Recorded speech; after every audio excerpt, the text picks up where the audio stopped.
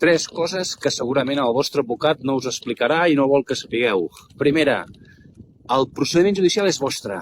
Tots els escrits, els de la pròpia part, els de l'altra part, els peritatges, les resolucions judicials, els vídeos de l'audiència prèvia, el judici, tot això és vostre.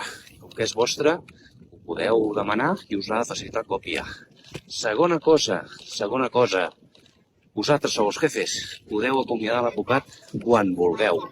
Si no teniu confiança en l'advocat, el podeu fer fora del procediment i posar-ne un altre, on tingui més confiança. I tercera cosa, els acords els decidiu vosaltres. L'advocat només té l'obligació d'informar-vos i negociar per vosaltres, però l'acord l'has de signar tu. Has d'estar tu d'acord en l'acord o en la proposta que et facin. Aquestes tres coses són les claus per tenir una bona relació de confiança amb l'advocat. Si no compleix això, el pots acomiadar, ets el jefe.